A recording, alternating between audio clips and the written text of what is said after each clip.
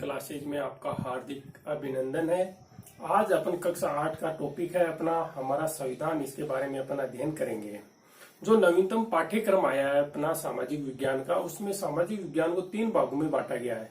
पहला भाग है हमारा अतीत, दूसरा भाग है संसाधन एवं विकास, तीसरा भाग है अपना सामाजिक और राजनीतिक जीवन। जो सामाजिक और राजनीतिक जीवन है उसका जो अध्याय है हमारा संविधान, उसके बारे में अपन अध्ययन करेंगे। तो संविधान को समझने से पहले अपन देखते हैं कि किसी भी खेल का आयोजन करते हैं तो उससे पहले उस खेल के नियम तय किए जाते हैं और उन नियमों का पालन करते हुए खेल खेले जाते हैं और उसी के आधार पर टीम को विजेता घोषित किया जाता है। जब नियमों को बदल दिया जाता है तो टीम के जो परिणाम है वो भी खेल के बदल जाते हैं। तो नियमों के पालन के हिसाब से और नियमों के तरीके से ही खेल के परिणाम तय होते हैं और खेल खेले जाते हैं। तो अपन उसी आधार पर अपन देखते हैं कि संविधान है उसमें भी ये नियम है, उस देश के आदर्श हैं और उस देश को संचालित करने की व्यवस्था से संबंधित नियम है। उन नियम को जिसमें संग्रहित किया गया है वो क्या है, हमारा संविधान है। तो अपन संविधान की आवश्यकता क्यों है, हमें संविधान क्यों चाहिए। तो पहला प्रश्न आया कि अपना कि संविधान हमें क्यों चाहिए। तो अपन देखते हैं कि संविधान के उद्देश्य क्या है। तो अपन पहला प्रश्न है हमारा कि हमें संविधान क्यों चाहिए।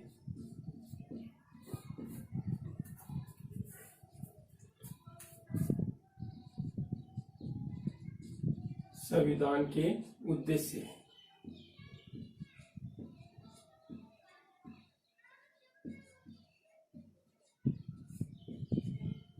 अपने पाठ्य पुस्तक में संविधान के उद्देश्य हैं वो 3 दिए गए हैं। पहला उद्देश्य है आदर्शों का समूह है।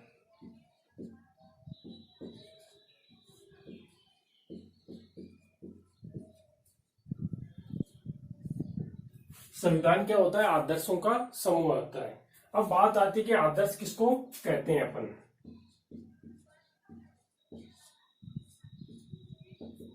आदर्श किसको कहते हैं, तो मूल्य व सिद्धांतों का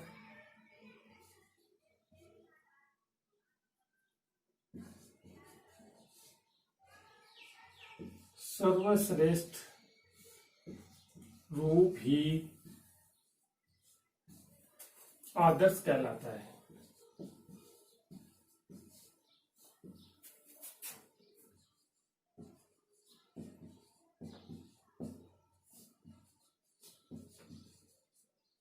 यानी आदर्श किसको कहते हैं, मूल्य व सिद्धांतों का जो सर्वश्रेष्ठ रूप होता है उसको अपन क्या कहते हैं, आदर्श कहते हैं। तो जो संविधान है वो आदर्शों का समूह, यानी देश के जो आदर्श हैं उनका क्या है, समूह है। तो आदर्श के समूह में आता है कि संविधान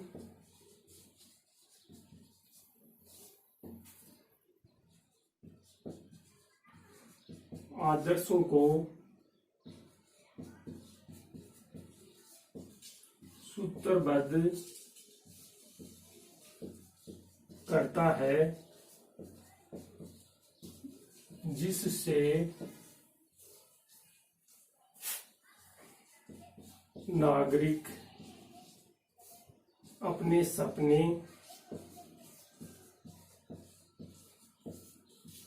व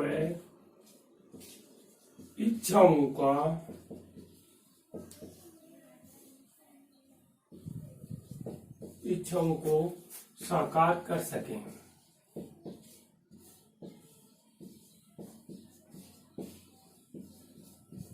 यानी संविधान है उसमें आदर्श, जो संविधान है वो आदर्शों को सूत्रबद्ध करता है जिससे नागरिक अपने सपने और इच्छाओं को साकार करते हैं। ये अपना पहला पॉइंट है। दूसरा पॉइंट है कि संविधान ऐसे नियमों का समूह है। संविधान ऐसे नियमों का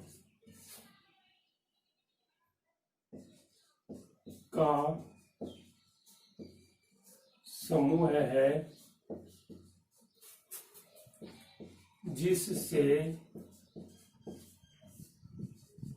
देश के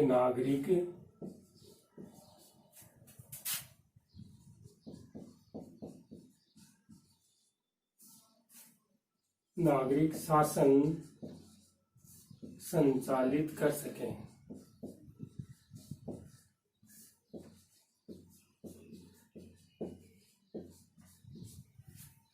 और तीसरा अपना पॉइंट है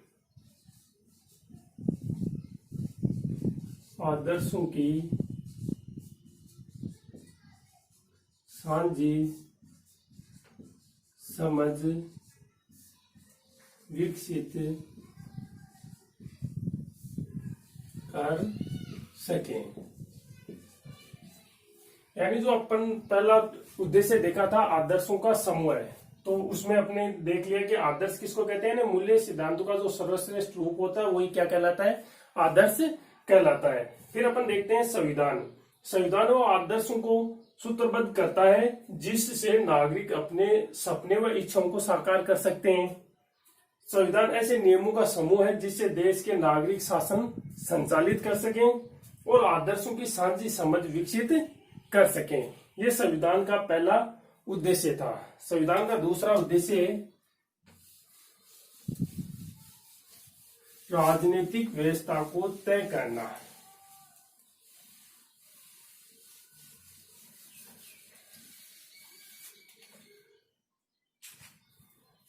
दूसरा उद्देश्य है राजनीतिक व्यवस्था को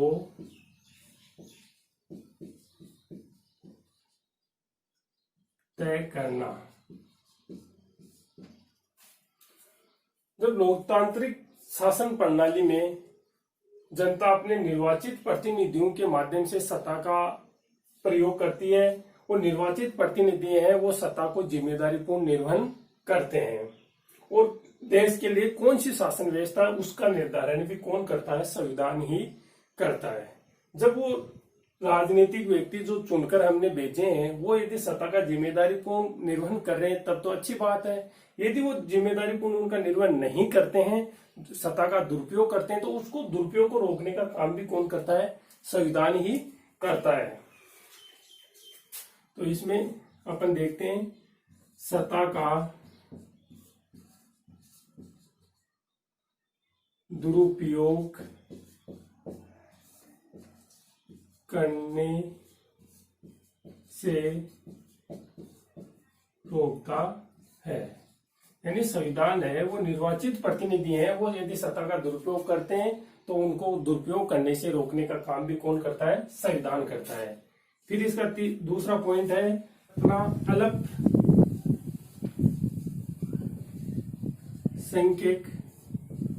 के हितों की रक्षा। दूसरा पॉइंट है अल्पसंख्यक के हितों की रक्षा। तो पहले अपन देखते हैं सत्ता का दुरुपयोग किस प्रकार करते हैं। अपनी जो पाठ्य पुस्तक है उसमें एक पटकथा दी गई है, उसमें सुरेश नाम का एक छात्र है जो क्लास का मॉनिटर है, वहां की मैडम है श्रीमती राव। जब वो श्रीमती राव कक्षा से बाहर जाती है तो क्लास की जो जिम्मेदारी है वो सुनील को देके जाती है, और सुनील पीछे से उस जिम्मेदारी और अपने पद है मॉनिटर का उसका दुरुपयोग करने की कोशिश करता है। वो एक अनिल नाम का लड़का उसको कहता है कि जब भी मैम आएगी मैं आपकी शिकायत करूंगा, जबकि अनिल अपना पढ़ाई का कार्य कर रहा है। जैसे ही श्रीमती राव वापस कक्षा में लौटती है तो सुरेश उसको शिकायत करता है कि मैम आपके बाहर जाने के दौरान अनिल ने जो आवाज करके बच्चों को डिस्टर्ब किया, और उसकी बात है वो श्रीमती मैम है वो मान लेती है, और मैम उसको अनिल को सजा देती है कि छुट्टी होने के बाद में आप 100 बार लिखोगे कि मैं आप मॉनिटर को कभी तंग नहीं करूंगा। जबकि इसमें अपन देखते हैं कि जो सुनील नाम का लड़का है जिसने मॉनिटर के पद का दुरुपयोग किया था, तो इस प्रकार जो मंत्री हैं वो भी अपने पद का दुरुपयोग करते हैं, जैसे एफआईआर दर्ज होने से रोक सकते हैं या अपने पास में किसी व्यक्ति को डरा धमका सकते हैं। तो उन सत्ता का दुरुपयोग करने से रोकने का कार्य कौन करता है, संविधान करता है। फिर अपन उदाहरण द्वारा अल्पसंख्यक के हितों की रक्षा को समझते हैं। जैसे एक कक्षा में 20 लड़के और 10 लड़कियां हैं। जब भी खेलने की बारी आती है तो बहुमत से निर्णय होता है कि बहुमत जिस खेल के पक्ष में होगा उसी को खेल खिलाया जाएगा, वही खेल खेला जाएगा। तो लड़के हैं वो क्रिकेट खेलने के शौकीन है, वो लड़कियां बास्केटबॉल की शौकीन है, लेकिन हमेशा निर्णय लड़कों के पक्ष में जाता है, क्योंकि लड़कों की संख्या 20 है और लड़कियों की संख्या 10 है, तो बहुमत किसका है? लड़कों का है। तो इस प्रकार की स्थिति हमारे देश में भी होती है। कुछ व्यक्ति हैं वो बहुसंख्यक में, कुछ अल्पसंख्यक है, तो उनके हितों की रक्षा करना, उनके लिए अलग से सुविधाएं देना, उनको अलग से रियायत देना, ये कार्य कौन करता है? संविधान करता है। तो उन लड़कियों के खेल को भी निश्चित किया जाता है कि इस दिन जो लड़कियों की इच्छा होगी वही खेल होगा। तो ये इस प्रकार के नियम वो किस में बने हुए हैं? अपने संविधान में बने हुए हैं। तो अल्पसंख्यकों के हितों की रक्षा भी कौन करता है? अपना संविधान करता है। फिर आता है अपना एक पॉइंट, अंतर सामुदायिक वर्चस्व है। इसको अपन इंग्लिश में बोलते हैं इंटर कम्युनिटी डोमिनेशन।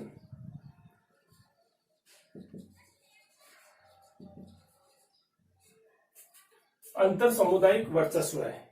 ये क्या होता है? एक समुदाय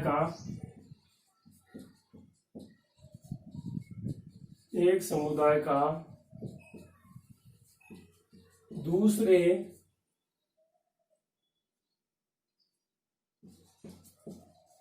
समुदाय को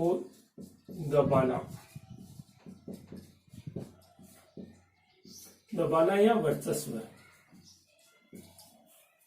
यानी एक समुदाय का दूसरे समुदाय को दबाना क्या कहलाता है? इंटर कम्युनिटी डोमिनेशन कहलाता है या अंतर सामुदायिक वर्चस्व कहलाता है। एक आता है और अपना जिसको बोलते हैं अपन अंतर सामुदायिक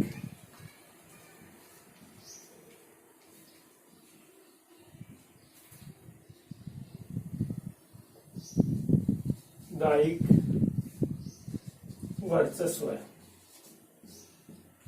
इसको इंग्लिश में बोलते हैं इंट्रा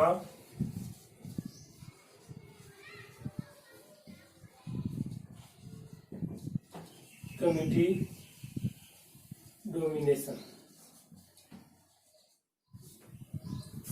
इसका अर्थ होता है एक समुदाय के अंदर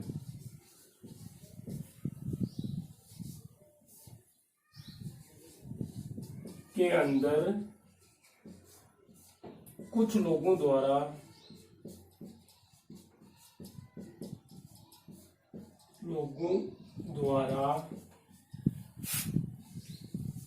दूसरे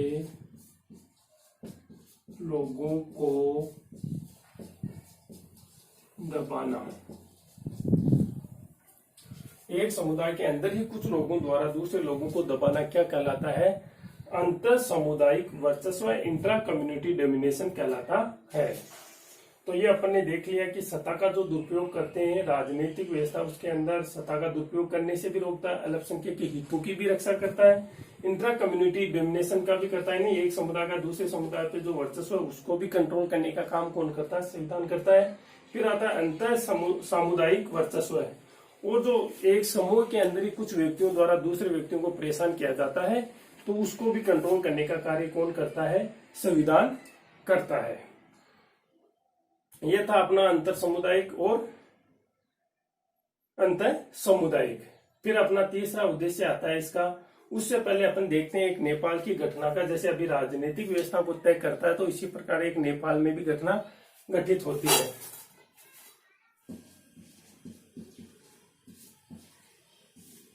नेपाल में 1990 में संविधान बना था।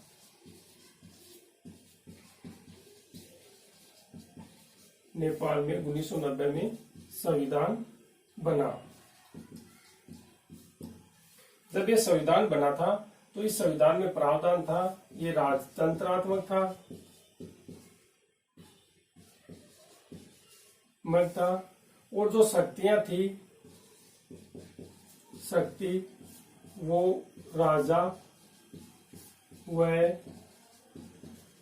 मंत्री परिषद में निहित कर दी। शक्ति किसको प्रदान कर दी? राजा व मंत्री परिषद को प्रदान कर दी। अब जैसे ये शक्ति प्रदान की तो 2002 में जब 12 वर्ष हो गए थे संविधान बने हुए, 2002 में ज्ञानेंद्र राजा बनता है। नेपाल का जो ज्ञानेंद्र नाम का जो राजा है वो सत्ता का क्या करता है? दुरुपयोग करता है। सत्ता का और सत्ता का दुरुपयोग किसकी आड़ में करता है? माओवादियों के।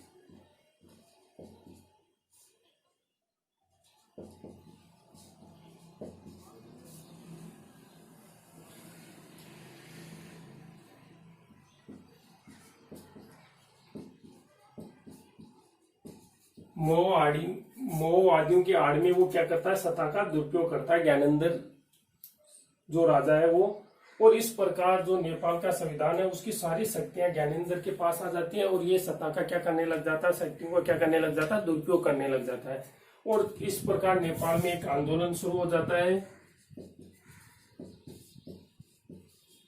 और आंदोलन होने के परिणाम स्वरूप 2006 में नया संविधान तय होता है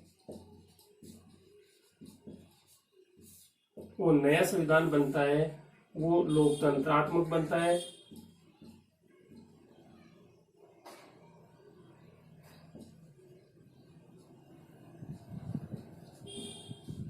लोकतंत्रात्मक, इसमें जो शक्तियां वो जनता में निहित करती हैं। तो इस प्रकार देखो, पहले जो संविधान थे उसमें कौन सी व्यवस्था थी? राजतंत्रात्मक थी। और फिर संविधान में किस व्यवस्था को कर दिया गया? लोकतांत्रिक व्यवस्था को कर दिया गया। तो इस प्रकार संविधान है वो राजनीतिक व्यवस्था को तय करता है, किस प्रकार की राजनीतिक व्यवस्था होगी। ये थी नेपाल का घटनाक्रम। अब अपन देखते हैं कि अपना जो संविधान का तीसरा उद्देश्य है उसके बारे में।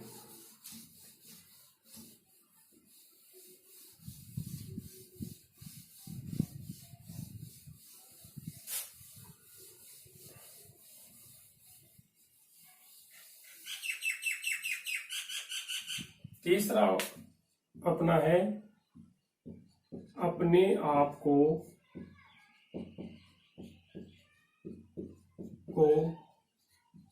खुद से बचाना। अपने आप को खुद से बचाना एक अलग ही प्रकार का जो ये वाक्य है, अपने आप को खुद से बचाना है। इसका अर्थ ये है कि जैसे ही कोई अपन जल्दबाजी में कोई डिसीजन लेते हैं और वो डिसीजन क्या हो सकता है, अपने जो देश के आदर्श हैं उनको ठेस पहुंच सकती है। जैसे अपन देखते हैं कि जैसे राजनीतिक पार्टियां वो अपना उत्तरदायित्व नहीं निभा रही या अपने जो प्रतिनिधि हैं वो अपना जो जिम्मेदारी है उसको निभा नहीं पा रहे, तो अपन जल्दबाजी में कोई डिसीजन ले लेते हैं, निर्णय ले लेते हैं जो दूसरे व्यक्ति को अपन सत्ता सौंप देते हैं। जल्दबाजी में निर्णय लिया और किसी व्यक्ति को सत्ता सौंप देते हैं कि ये हमारे लिए उपयुक्त होगा, लेकिन वो व्यक्ति भी कुछ समय बाद में उस सत्ता का दुरुपयोग कर सकता है। तो इस प्रकार के जल्दबाजी में जो निर्णय लिए जाते हैं उनको रोकने का काम कौन करता है? संविधान करता है। संविधान के जो आदर्श हैं उनके हिसाब से ही शासन संचालित होना चाहिए। जल्दबाजी में जो निर्णय लिए जाते हैं वो इन आदर्शों को ठेस पहुंचा सकते हैं। तो इस प्रकार संविधान का जो तीसरा उद्देश्य था वो था अपने आप को खुद से बचाना। अब अपन देखते हैं अपने जो संवैधानिक प्रक्रिया या संविधान सभा थी और संविधान का जो इतिहास है उसके बारे में। तो सर्वप्रथम जो भारतीय राष्ट्रीय कांग्रेस थी उसने संविधान सभा की मांग रखी थी। भारतीय राष्ट्रीय कांग्रेस ने 1934 में संविधान सभा की मांग रखी। यानी भारतीय राष्ट्रीय कांग्रेस ने अपने जो मांग पत्र था उसमें सर्वप्रथम 1934 में संविधान सभा के बारे में मांग रखी थी। फिर धीरे धीरे संविधान सभा की मांग है वो जोर पकड़ती गई और दिसंबर 1946 को संविधान सभा का गठन हुआ।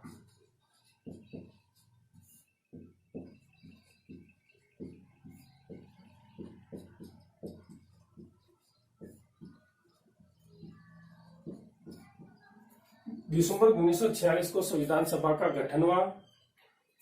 इसके अध्यक्ष कौन थे? डॉक्टर राजेंद्र प्रसाद।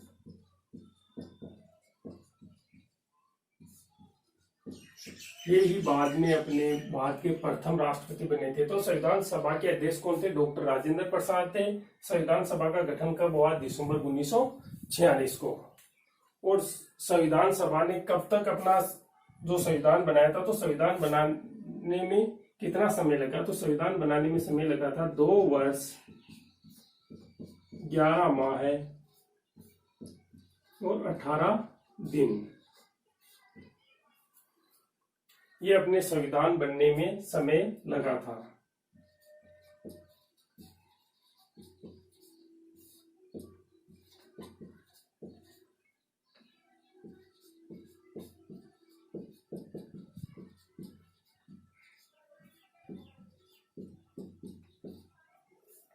संविधान बनने में 2 वर्ष 11 माह और 18 दिन लगे थे। कब बनकर तैयार हुआ था? तो 26 नवंबर 1949 को संविधान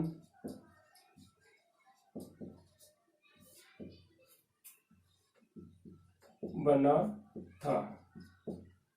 यानी कब संविधान बनकर तैयार हुआ? 26 नवंबर 1949 को। दिसंबर 1946 से संविधान का बनना प्रारंभ हुआ था। 2 वर्ष 11 माह 18 दिन लगे थे। जबकि अपना संविधान कब लागू हुआ? 26 जनवरी 1950 को संविधान लागू हुआ।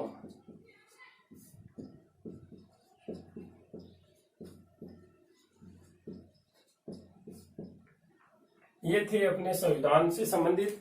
संविधान सभा के सर्वप्रथम मांग भारतीय राष्ट्रीय कांग्रेस ने 1934 में रखी थी और संविधान सभा का गठन हुआ था दिसंबर 1946 को।